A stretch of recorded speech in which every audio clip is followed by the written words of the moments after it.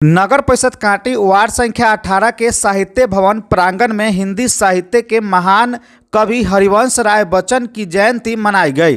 कार्यक्रम की अध्यक्षता चंद्रभूषण सिंह चंद्र और संचालन कुमार राकेश ने की। सर्वप्रथम बच्चन के तस्वीर पर उपस्थित साहित्यकारों एवं साहित्य प्रेमियों द्वारा श्रद्धा सुमन अर्पित किया गया।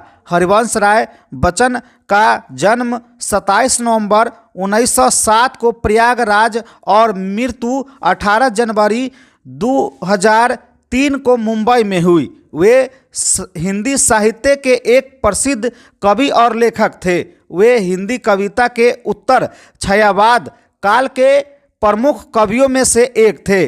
उनकी सबसे प्रसिद्ध कृत मधुशाला है। 1976 में उन्होंने हिंदी साहित्य में उनकी सेवा के लिए पद्म भूषण मिला। वही 2003 में भारत सरकार ने उनकी स्मृति में डाक टिकट भी जारी किया। भारत सरकार ने उन्हें राज्यसभा के लिए भी मनोनीत किया था। मधुशाला, मधुबाला, निशा निमंत्रण, सूत की माला आदि उनकी प्रसिद्ध रचनाएं हैं। इस अवसर पर पिनाकी झा, परशुराम सिंह, नंदकिशोर ठाकुर, स्वराज लाल ठाकुर, रजनीश कुमार, दिलजीत गुप्ता, अब्दुल जब्बार सहित दर्जनों साहित्य प्रेमी उपस्थित थे।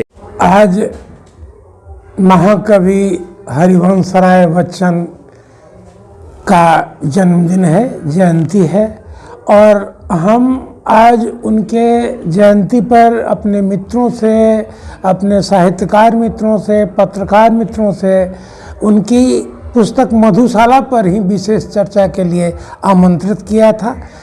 उनके जीवन में मधुशाला उनकी एक अनुपम कृति है। ऐसे उनने अनेक किताबें लिखी। मधुशाला, मधुबाला, मधुकलश वो तो पहले की किताबें हैं। उसके बाद उनने ये जब दूसरी शादी की तो नीर का निर्माण फिर और अनेक किताबें उनने अपने जीवन के अथी को 3 भागों में बांटा। ऐसे में हरिवंश राय बच्चन जी की चर्चा ये मधुशाला को लेके ही जानता हूँ, और मधुशाला को ही मैंने उनकी श्रेष्ठ रचना मानी है। ऐसे उनकी बहुत सारी रचनाएं हैं। मधुशाला में पहले तो उनकी शादी 26 में हुई, 26 से 36 तक वो श्यामा बच्चन के साथ रहे, और उसके बाद श्यामा बच्चन की मौत हो गई।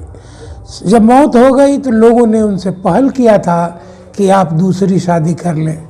उन्होंने कहा कि है चिता की राख कर में मांगती सिंदूर दुनिया, हाय कितनी क्रूर दुनिया, आज मुझसे दूर दुनिया करके उनने इस रचना को बड़ी प्रगाढ़ता से लिखा था। उसके बाद शादी हो गई, शादी उनने कर लिया तेजी बच्चन से 1941 में। फिर उनकी एक किताब आई जो बीत गई सो बात गई, जीवन में वह था एक कुसुम जिस पर थे नित्य निछावर तुम, वह टूट गई तो टूट गई। ये वो उपवन के आनंद को देखो, खिली इसमें कितनी कलियां, मुरझाई कितनी वल्लरियां।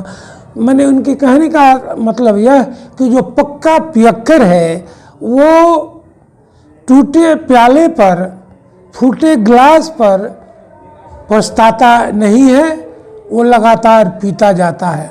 और उनने इस हालावाद के कवि के रूप में उन्हें जाना। महात्मा गांधी तक को इनकी शिकायत पहुंची। जब महात्मा गांधी ने इनसे बातचीत की तो लगा कि ये जो लोगों का भ्रम है गलत है। मधुशाला में उनने जीवन का सार लिखा है। उनने कभी प्याला छुआ नहीं और पूरे मधुशाला की रचना कर डाली।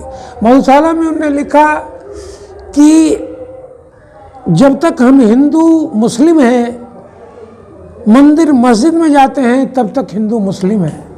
जैसे हम मधुशाला में जाते हैं हम एक हो जाते हैं। और उनने इसकी चर्चा की कि भेद कराता मंदिर मस्जिद, मेल कराती मधुशाला। उनने मधुशाला में एक जगह और चर्चा की कि अगर आप क्या कहते हैं कि होली और दिवाली एक साथ मनाना चाहते हैं तो मधुशाला को जाके देखिए। साल में एक बार होली मनती है, एक बार दिवाली मनाई जाती है, लेकिन दिन को होली, रात दिवाली, रोज मनाती मधुशाला। मधुशाला में जीवन का सार है। उनने लिखा कि अगर मैं मरूं, मेरी मृत्यु हो तो मेरे मुंह पर हालांकि कुछ बूंदें डाली जाए, न कि तुलसी दल, न कि गंगा जल। जब मुझे उठाने वाला, अर्थी उठाने वाले जितने लोग आए, सारे के सारे ये पियक्कर हों, पीने वाले हों, वही मेरे अर्थी को कंधा दें। मुझे उसी रास्ते से ले जाया जाए जिस रास्ते से ये पीने वाले लोग जाया करते हैं मधुशाला में, और मुझे वहीं जलाया जाए जहाँ कभी मधुशाला रहा हो। इन तमाम बातों से उनने ये बताया कि वो पूरा मधुशाला किताब आध्यात्म से भरी हुई है और आध्यात्म के उच्चतम शिखर पर पहुंची हुई ये किताब है। इस आदमी ने कभी प्याला नहीं छुआ।